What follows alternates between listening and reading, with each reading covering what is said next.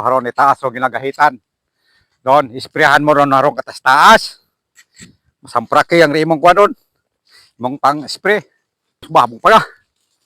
Agni ah. Haron si Erwin ang si Bongbong. Gahawan. Oh, makamutaas o ginagahitan na mo no, tanawan doon.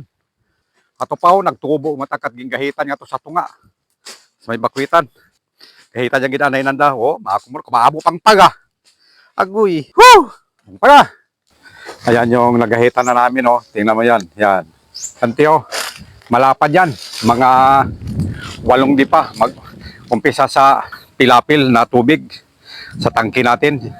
At saka dito sa, papunta dito sa takas. Ano, mga 8 dipa. Mayroong mga 10 dipa. Dito tayo sa kabila. Yan. Ganito dapat ang paglinis. Medyo ginahilamnan, gid. Agad magkuray. Ay hindi ka na kita gakuray sa kilid. O aron.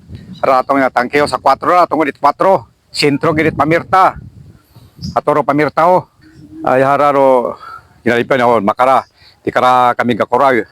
Ay ato patarong gingahitan ni Rodi ag ni Erwin. Magayo patarong. Pero daya.